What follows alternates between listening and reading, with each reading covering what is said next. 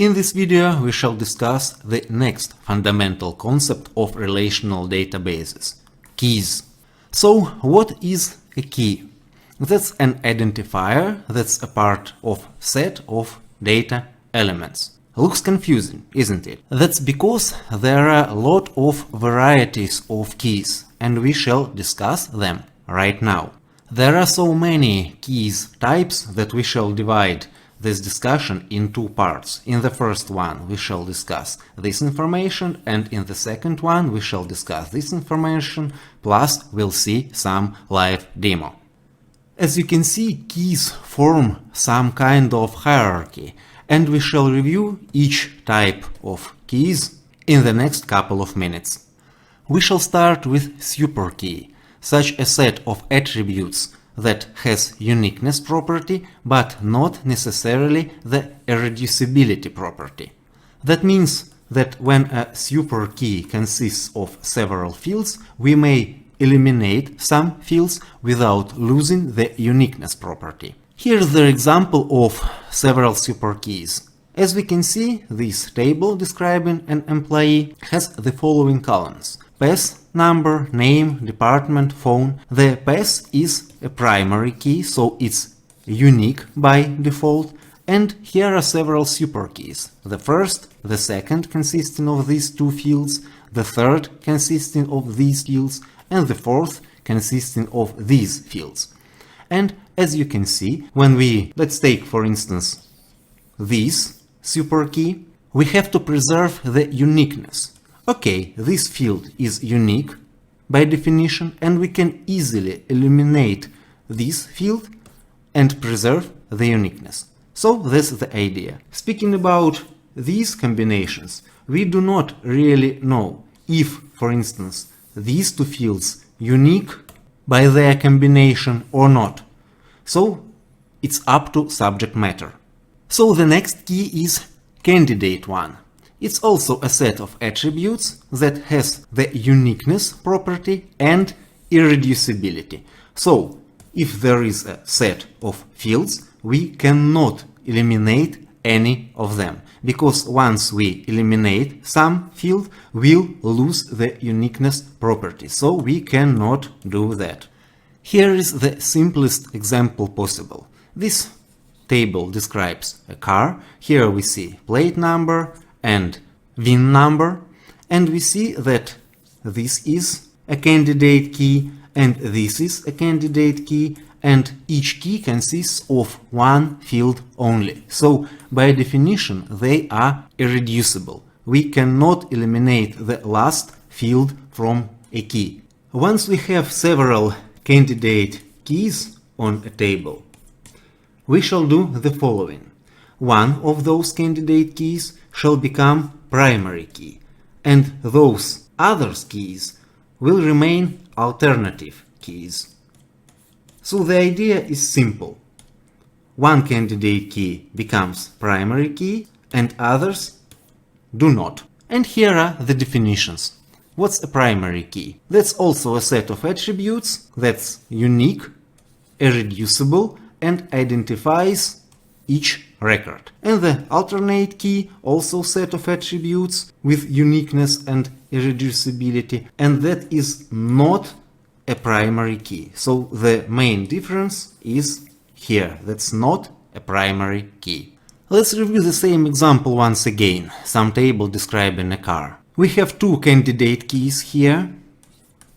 One of those candidate keys becomes primary key, so the other becomes alternate key. But since that field has to be unique, we are to build a unique index on that field. This is to make sure that DBMS will guarantee the uniqueness of these values. And here are several ideas on primary keys. The first one is that primary key should be minimal. It is when we comparing such two fields, for instance the first and the second is obviously larger, so that's not our choice, and this is our choice. The second idea is that primary key always unique, so these values may never duplicate each other. And the third is that the second function of primary key is to make such pairs like primary key and foreign key to make relationships. We shall discuss relationships in the next videos. The next two types of keys are simple and compound key. Simple consists of one attribute. Compound consists of two or more attributes. That's the main difference, one and two or more. Let's review an example. Here we see simple primary key, because here we have one field, one attribute only. But there may be the next situation. Imagine that we have no single field with unique values. Here we see duplications, here we see duplications too. But when we review combinations, combinations may never duplicate. That's why we have to make a compound primary key here. So once again, one field that's simple, two or more fields that's compound. You should always remember that field position matters for compound keys and compound indexes, because DBMS may use either all fields to increase the search speed or the first field, but it can never use the second, the third, and so on to increase the search speed in any way. Let's review an example. Imagine that we are the DBMS and we have the following set of data. Here's the compound primary key consisting of two fields. The data is ordered by the first field, and then we receive the following requests. Someone asks us if there is an employee with pass number 87. We can easily see that the last one is 82, so the answer is no. We see it immediately. Then we are asked how many employees have the pass number 1. It's easy to see that 4 employees have that pass with number 1. The next question is, what department does employee with pass 34 work in? We shall quickly scan. Okay, here it is, the 34, and the answer is department 17. Then the next question. Speaking about employee with pass 1 and department 18, what's his name? We may look through the table. We may easily see that here are our employees with pass number 1 and the department 18, here it is, so this is the result of our search. And the same operation we shall perform looking for a phone number of employee with pass 7 and department 3. We'll see those two with pass 7, we see that one with department 3, and here is the phone number. But imagine that we have to calculate how many employees are there in the department number 3. It's impossible to give the immediate answer. We have to scan through the table. So here is department 3, here is department 3, here it is, and so on. That's extremely slow process. The same for any other questions, not involving either both fields or the first one. If we're dealing with the second only, it's slow. If we are dealing with the first or both of them, it's fast. So when you see that some field will be used in single mode for some search operations, that field should be the first.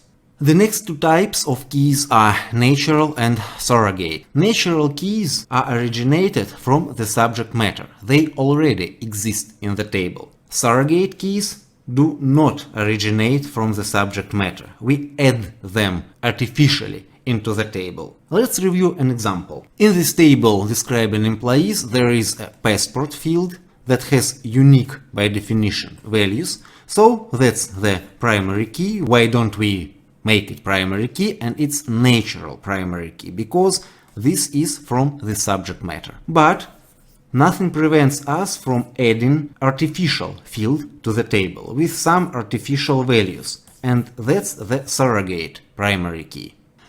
As long as both approaches coexist, what's the pros and cons for each of them?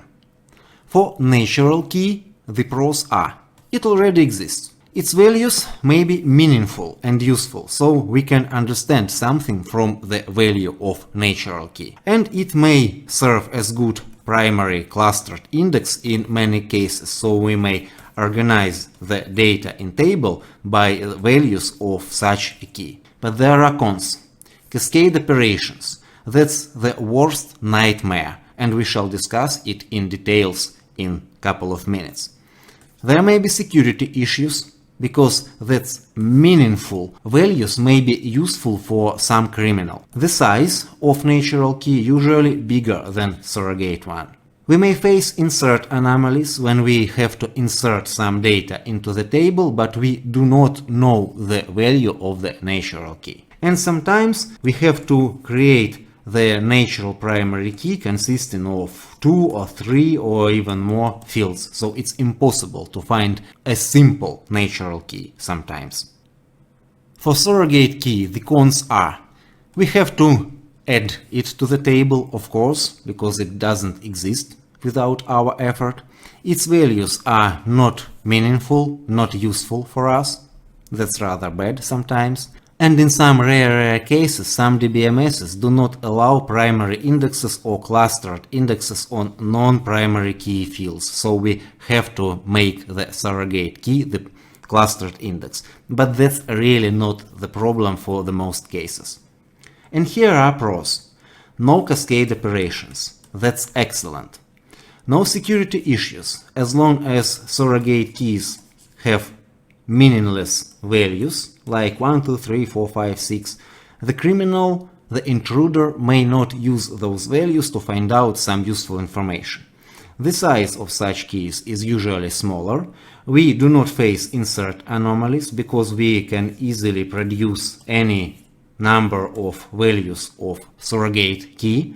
And such key is usually always simple, because we create that key and nothing prevents us from creating it as simple key. And a quick attentiveness test. Did you notice the mistake on the slide? So what's about the terrible cascade operations? In case of natural key, we have the following situation. Imagine such a primary key, like passport number, and imagine that some employee changed his passport. That was the old one, that's the new. And there are several payments that are connected to employees by passport number. So the DBMS have to change that old values for the new ones for each record. And that's extremely bad. But with surrogate key, there are no cascade operations, because employees and payments are no longer connected by passport number. And when an employee changes the passport and the ID of the passport changes, the DBMS has to change only single value in a single table cell, but never change these values. And that's extremely good. And the last key in this first part of video, intelligent key. That's some form of hash function. And nowadays, these keys are extremely rare. Why that's so? Because to produce the value of intelligent key, DBMS has to perform several long operations, like taking these numbers, the first letter, these letters, and combining into such a value. And in case of some duplications, there should be numbers like 1, 2, 3 or something like that. So that's long, that's hard, and that brings us almost no benefits. In the past, such approach helped us to save some memory. But nowadays, since memory became cheaper, this is not usually the case. So the complexity and instability of intelligent keys really brought them to extinction. And we shall continue reviewing keys in the next video.